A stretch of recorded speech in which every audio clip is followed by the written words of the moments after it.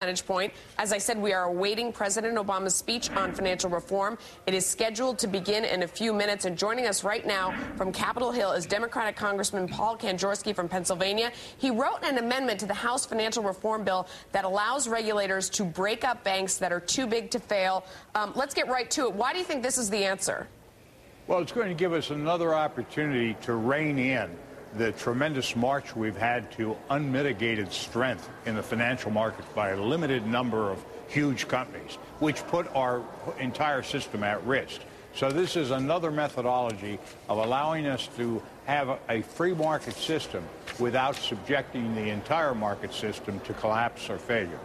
Mr. Kanjorski, a lot of people up on Wall Street are worried about this, the idea of dismantling firms, a decision made by regulators. I mean, if a firm is failing, it should be bankrupt. But dismantling firms on the basis of an arbitrary judgment about systemic risk, sir, have we ever done anything like this before in the U.S.?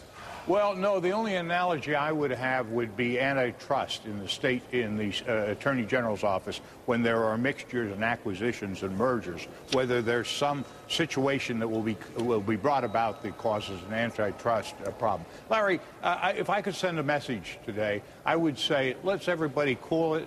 This isn't gigantic. The whole question here really is in the implementation of this. We have some very strong minds that have worked on this, worked with us on it. We've all been part of this thinking it through for almost a year now. I call a friend of mine, Paul Volcker, which we all know. He favors this position. We're going to handle it right, and I'd like to send a message to the market. Get out there and buy, guys. Don't worry about it. I mean, I think it's a lot of the language that's making people nervous. I mean, I'm looking at a press release from you right now that says that even if those firms currently appear to be well capitalized and healthy, that it would empower federal regulators to rein in and dismantle financial firms. So dismantling well-capitalized and healthy firms, that's your language. That makes markets really nervous. It doesn't sound fair, right? Doesn't make sense. Well, I know, but what it is there are some situations where companies can get so large, so interconnected, so intertwined, that even though they're well-capitalized and they themselves are not at risk, their failure or their involvement in that mechanism can cause the underpinnings of the entire market. And I guess the best example of that is AIG's financial products division over there in London. They got carried away and actually would have brought down a number of our largest banks, not only in the United States, but around the world.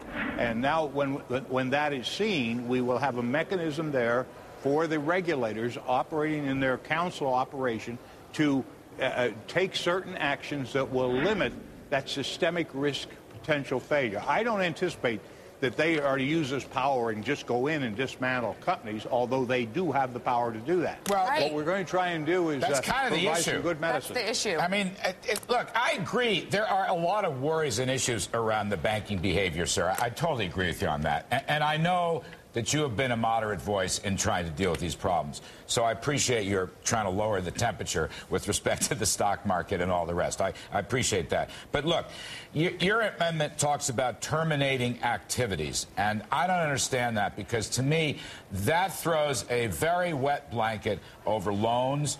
We had a strategist on just a moment ago who said, after all loans entail a certain degree of risk. You throw a blanket over loans, you throw a blanket over jobs, you throw a blanket over economic growth. Could this thing go too far? That's a big worry up here, sir. Larry, that's a reasonable worry, and all I can say, there are no guarantees in life, but if this is properly and fairly implemented and administered, I think it's a tool that will only be helpful to our system and to the entire world's economic system. And quite frankly, from what I've seen in this last year and a half, we need a tool like this, or we're on our way to companies that don't care. What AIG did in Europe was unforgivable. President's coming on, but I just want to ask you, look, what about the obvious candidates, things like tougher capital requirements, tougher leverage borrowing requirements, and, of course, let them fail, Mr. Kanjorski? Those are more market-oriented issues. And those powers will be included in this power, with the regulators, the Council of Regulators, being able to administer and require those things.